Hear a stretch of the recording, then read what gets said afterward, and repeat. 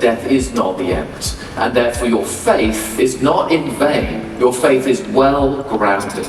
In other words, faith is always something you put it in. And if you put your faith in Jesus Christ, you're not believing a myth, you're not believing a fairy tale or a legend, you're believing in the reality that underpins the desires behind those myths and legends. Your faith is well-founded. There are lots of myths and legends, for example, about death not being the end. Think of Orpheus entering into the underworld. Or let's bring it up today. Think of Sleeping Beauty, in Disney, right? These are all different takes on the same reality. But here's the question. Is it actually true that death is not the end? Or is that just a comfortable fable we tell ourselves? Because there's something deep in our guts that says it is true that it's not the end. There should be life beyond the grave. Why do we even have that intuition when death is the most natural thing in the world? It's because there's a reality that underpins the myths. And the Apostle Paul is saying, to use the words of Tolkien, this is the true myth. This has really happened in space-time history. Jesus Christ really rose from the dead. And so your deepest intuition, that death is not the end, may be narrated in different myths and legends, but this is the truth of it all. Because Jesus rose from the dead, death is not the end. And therefore your faith is not in vain. Your faith is well grounded. In other words, faith is always something you put it in. And if you put your faith in Jesus Christ, you're not believing a myth, you're not believing a fairy tale or a legend, you're believing in the reality that underpins the desires behind those myths and legends. Your faith is well-founded.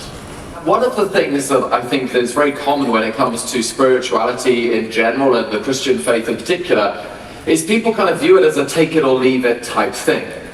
So we all have different preferences, right? Some people like music, other people like sport, some people like this hobby, other people like that hobby. And so the view generally is that some people like spirituality, like religion, that's the kind of their thing that they do.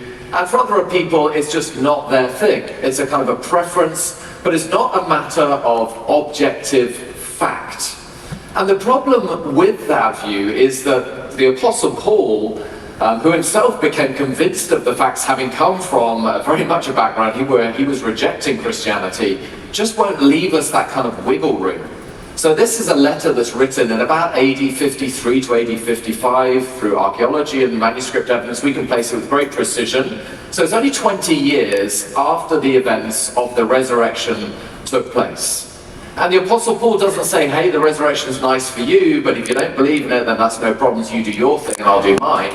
He says actually far more strongly in this series of negatives that if the resurrection did not happen, that our faith is useless, that we believe in a kind of a myth, something that's been made up, and our preaching is completely in vain. In contrast, he says that the emphasis of the reality of the resurrection in space-time history is something of first importance, he calls it in verse 3. This is the first thing that we should grasp this evening as we come to think about it. Now, I don't at all believe that everyone here is coming from that perspective, but I want us to see why it is that Paul says that and what the implications of it are for us as we think about the resurrection for life today. So we're going to see how it impacts three areas. First of all, we're going to see how this view of the resurrection impacts our view of faith, our view of forgiveness, and also our view of hope. So faith, forgiveness, and hope. That's where we're going. Let's look first of all at how the resurrection impacts our view of faith. In verse 14, the Apostle Paul talks about faith, and he says, if Christ has not been raised, our preaching is useless, and so is your faith. Our preaching is useless, and so is your faith. Now, as I said before, I think there's a general view out there that faith is kind of a thing for some people and not for other people, and that's fine. If you're more of a secular or agnostic person, it's just not your thing, and then you might be from your background or disposition, you're most spiritually inclined, and that's your thing, that's fine. That's one view. The other view that's grown a lot in popularity in the last decade particularly is a view that you'll hear from example from Jordan Peterson, and it's this view that a religious faith, spirituality, is psychologically useful. It's helpful, particularly for people who are struggling with the chaos and disorder and kind of navigating through the world. And so for Peterson, for example, he actually gave a series of lectures through the book of Genesis, even though he doesn't actually believe, in Christianity as a committed believer, at least not to my knowledge to this day, but he preached through them, not because he was saying these are facts, but because he says these are important ancient myths and stories that can be psychologically useful for you to get your kind of bearings in the world. Now, he's actually got that view because he's a Jungian psychologist. He's got that view from Jung himself. And Jung wrote about this in numerous places, and he was particularly taken by myths, because his view was that myths and legends are the ways that we as human beings try to get a sense of an order to the world. So we all need a story to live by, a meta-narrative, and the world feels dark and chaotic most of the time. And so the way that we get a sense of orderliness is by understanding this great overarching story for our lives. And so our subconscious projects this story, this order, out onto the world because we're meaning-making beings, and that's how we cope with it. He actually uses an interesting metaphor for it in his book, Structure and Dynamics of the Psyche, where Jung argues this. He says, just as the constellations were projected onto the heavens, similar figures were projected into legends and fairy tales. So here's how this works. You and I know that if we look up at the night sky, some people might go, oh look, over there, there's Sagittarius, the hunter. And they'll be able to tell you a myth about the hunter and the archer, Sagittarius. But we know that the hunter's not really in the night sky, right? We're owls, okay? Or someone will point over there and go, oh look, there's Gemini, the twins. And they'll be able to tell a myth that goes with the story about the twins. But the twins aren't really there, right? So this is the idea that spirituality, myths and legends, they're all the same thing, fairy tales, they're all in the realm of fantasy, but they can actually be psychologically helpful for us. The Apostle Paul just will not leave us that option, right? Verse 14, he says, if Christ has not been raised, he's talking space-time history, he's talking himself as an eyewitness to the risen Christ, then our preaching is in vain, and your faith is in vain. In fact, I wonder if you noticed in verse 6, he marshals the kind of evidence for the resurrection. He says that Jesus Christ appeared up to 500 brothers and sisters, that is Christian believers, at one time. They weren't believers beforehand, and then they became believers. And he's saying there are 500 eyewitnesses at some point in time. And then he says the curious phrase, most of whom are still alive.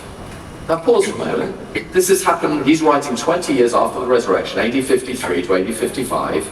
He's writing in Corinth, which is not very far from Jerusalem. So you could go to Jerusalem, you could ask people in the church, did that really happen? This is not a myth, that's not how myths work, right? You don't go and say, did the myth really happen? You just say, tell me the story. But reality is verifiable, it's researchable. And actually, I think even when you press into Jung's view of religion being psychologically helpful, it doesn't really work. So think of it this way, you and I, if we went out into the night sky, let's say we could take away the light pollution of New York City, and we could look at the stars, then obviously we both get that there isn't a hunter in the night sky. But there is a constellation there, right, that we are labeling the hunter. I mean, that's fixed. That doesn't change. And we can come back in 1,000 years, it's still going to be there. Unless something cataclysmic has happened, right? Or we can point to two stars and say, that's Gemini, right? I mean, yes, of course, we don't believe there are actually two twins in the night sky, but there is a constellation. And so here's the thing, myths and legends might be us trying to narrate reality, but there is an underlying reality, isn't there? Otherwise, what is it that we're trying to narrate and trying to make sense of? Either there is meaning in the universe, or there's not. It's pretty binary. And trying to construct meaning if there's not is a fool's errand.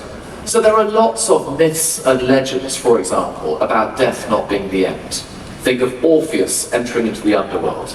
Or let's bring it up today. Think of Sleeping Beauty, you know, in Disney, right? These are all different takes on the same reality. But here's the question. Is it actually true that death is not the end? Or is that just a comfortable fable we tell ourselves? Because there's something deep in our guts that says, it is true that it's not the end. There should be life beyond the grave. Why do we even have that intuition when death is the most natural thing in the world? It's because there's a reality that underpins the myths. And the Apostle Paul is saying, to use the words of Tolkien, this is the true myth. This has really happened in space-time history. Jesus Christ really rose from the dead. And so your deepest intuition, that death is not the end, may be narrated in different myths and legends, but this is the truth of it all. Because Jesus rose from the dead, death is not the end. And therefore your faith is not in vain. Your faith is well grounded. In other words, faith is always something you put it in. And if you put your faith in Jesus Christ, you're not believing a myth. You're not believing a fairy tale or a legend. You're believing in the reality that underpins the desires behind those myths and legends. Your faith is well-founded.